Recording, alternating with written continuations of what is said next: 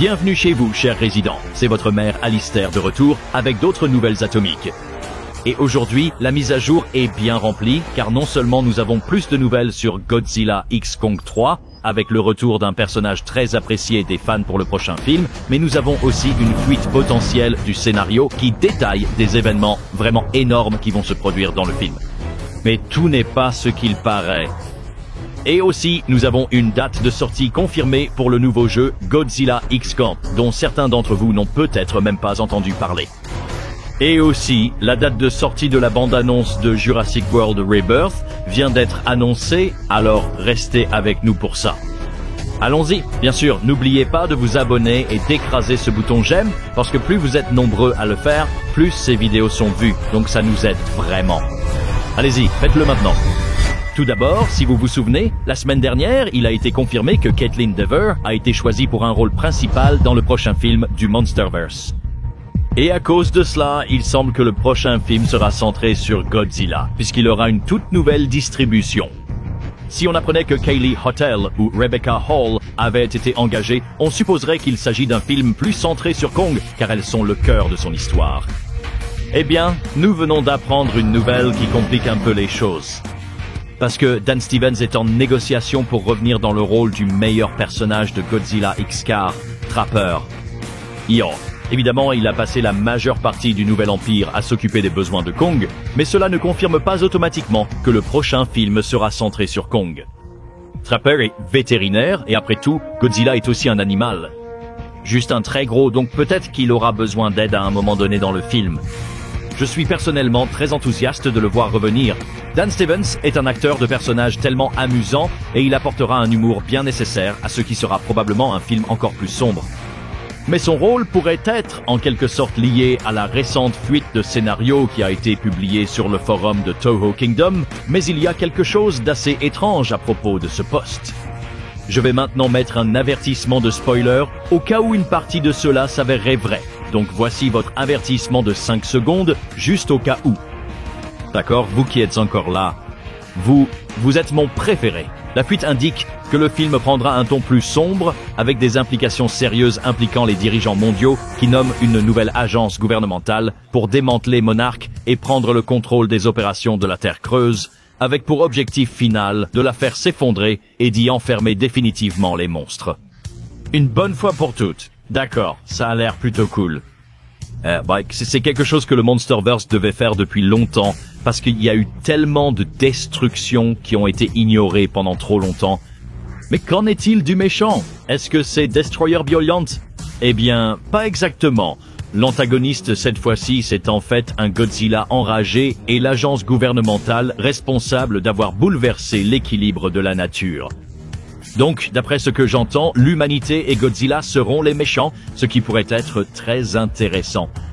Nous sommes évidemment investis dans la préservation de notre propre espèce, mais nous sommes aussi dévoués au roi des monstres, qui protège l'équilibre de l'écosystème de la planète. Donc, voir les deux en conflit serait vraiment génial. Delete poursuit en disant que Shemo revient pour un caméo, mais est maîtrisé par l'armée dans la Terre creuse grâce à de nouvelles armes anti-titans et à l'utilisation de titans zombies mécanisés, y compris les rampants crâniens. Cela met en colère les grands singes de la Terre creuse, qui voient les humains comme des tyrans. Pas différent du roi cicatrice, Kong est particulièrement en colère à cause de l'utilisation des rampants crâniens réanimés. Maintenant, j'ai vu certaines personnes dire que c'est ce qui rend la fuite peu crédible, mais des rampants crâniens zombies sont en fait tout à fait plausibles maintenant que le Monsterverse a introduit la gelée rose qui a fait évoluer Godzilla et Tiamat et qui maintient en réalité Tiamat en vie et pourrait potentiellement le ressusciter. Et même le nouveau jeu Titan Chasers propose un rampant crânien partiellement biomécanique, donc ce n'est pas quelque chose de trop farfelu pour le Monsterverse. La fuite continue avec des caméos de plusieurs titans affrontant l'armée avant d'être finalement détruits ou maîtrisés. Zuko revient et sert à alléger l'ambiance sombre avec des moments de comédie subtilement disséminés tout au long du film. L'arc de Kong présente des similitudes avec celui de Godzilla, mais là où il diverge, c'est dans les difficultés de Kong à choisir de continuer à coexister avec l'humanité alors que Godzilla semble être à bout et prêt pour la guerre. Génial, j'adorerais voir Godzilla détruire une ville pour de bon. Les gens s'attendaient à voir cela depuis les bandes annonces de 2014, il serait donc formidable qu'ils tiennent enfin cette promesse. La rage de Godzilla envers l'humanité est un thème récurrent depuis le film Godzilla contre Kong, lorsque Apex a construit son propre titan mécanisé pour remplacer le roi des monstres et le reste des titans. Donc il est légitimement en colère. Kong a une scène épique où il affronte l'armée dans une grande ville. Godzilla est attaqué par surprise par l'armée alors qu'il dort dans le Colisée de Rome et il se bat contre l'armée et leurs titans zombies. Godzilla s'est adapté à sa nouvelle forme. Il est dit que ses plaques dorsales se sont redressées et durcies et que sa masse est revenue. Mothra revient également et affronte brièvement Godzilla et Kong, car elle choisit de ne pas abandonner l'humanité. C'est grâce à son intervention, ainsi qu'à celle de Monarch et Gia, qu'ils parviennent à convaincre Kong, puis Godzilla, que l'humanité mérite encore d'être défendue. La fin semble porteuse d'espoir, suggérant que l'humanité œuvrera à nettoyer la Terre afin de pouvoir coexister avec elle et les titans, comme dans les temps anciens. C'est là que ce post se termine, mais il y a des rumeurs selon lesquelles un œuf de Goji enverrait des signaux de détresse à Godzilla, et cela pourrait être la raison pour laquelle Godzilla riposte contre l'humanité. C'est quelque chose qui était également présent dans les films Toho, donc il serait logique que les capacités de signal reviennent. Peut-être que l'organisation l'utilise pour attirer Godzilla vers la Terre creuse afin de le piéger avec le reste des titans. C'est là que je pense que Trapper pourrait être impliqué en tant que vétérinaire. Il doit s'assurer que l'œuf est vivant, stable et surveiller ses signes vitaux. Mais bien sûr, comme c'est un gentil, il pourrait essayer de sauver l'œuf de la captivité et de le rendre à Godzilla. Mais évidemment, la grande question est de savoir si tout cela est vrai. Eh bien, la réponse est à la fois non et peut-être. On m'a dit par notre bon ami War Stew qu'une grande partie de ces informations est en effet correcte, et il a déjà eu raison par le passé. Il n'a pas fallu longtemps pour que les fuites se répandent sur Twitter, tout le monde croyant que c'était vrai. Cependant, la fuite a continué à détruire toute crédibilité en publiant des images générées par intelligence artificielle en prétendant qu'il s'agissait d'art conceptuel officiel, ce qui a pratiquement mis fin à la rumeur. Certaines choses dans la fuite n'avaient tout simplement pas de sens non plus. Comme l'humanité attaquant Godzilla alors qu'il dort dans le Colisée romain, alors qu'ils sont en colère contre lui pour avoir détruit leur ville. Donc, il n'est pas logique que l'humanité commence simplement à détruire ses propres monuments historiques. Mais War Stew reste catégorique sur le fait qu'au moins une partie de la fuite est vraie, et je suis enclin à le croire. Que la plupart de ce qui a été écrit dans le post ne sont que des choses qui ont été évoquées dans le nouveau roman The New Empire et dans la prochaine bande dessinée Monsterversity Classified.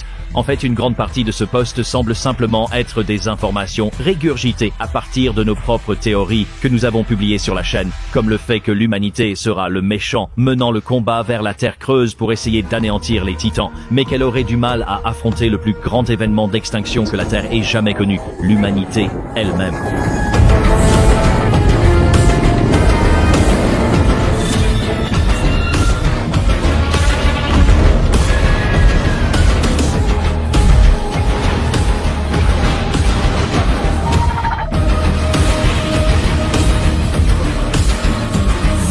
Ou le fait qu'il y aura des titans zombies que l'humanité créera pour combattre Godzilla, Monarch pourrait chercher des moyens de régénérer les titans, et pas seulement leurs blessures ou leurs plaies, mais carrément les ramener d'entre les morts.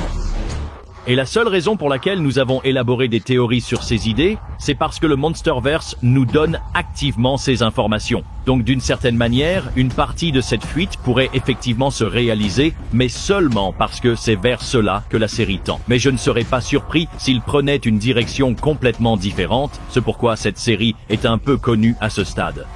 Alors, est-ce que ça pourrait être réel ? Eh bien, je ne pense pas que la publication elle-même soit réelle, et l'art généré par l'intelligence artificielle le confirme assez clairement, mais certains éléments de l'intrigue pourraient très bien finir par se produire. Et si c'est le cas, je suis sûr que le leaker dira simplement que les choses ont changé pendant la pré-production, et il s'attribuera quand même le mérite des éléments qu'il a devinés par hasard, mais il faudra juste attendre et voir.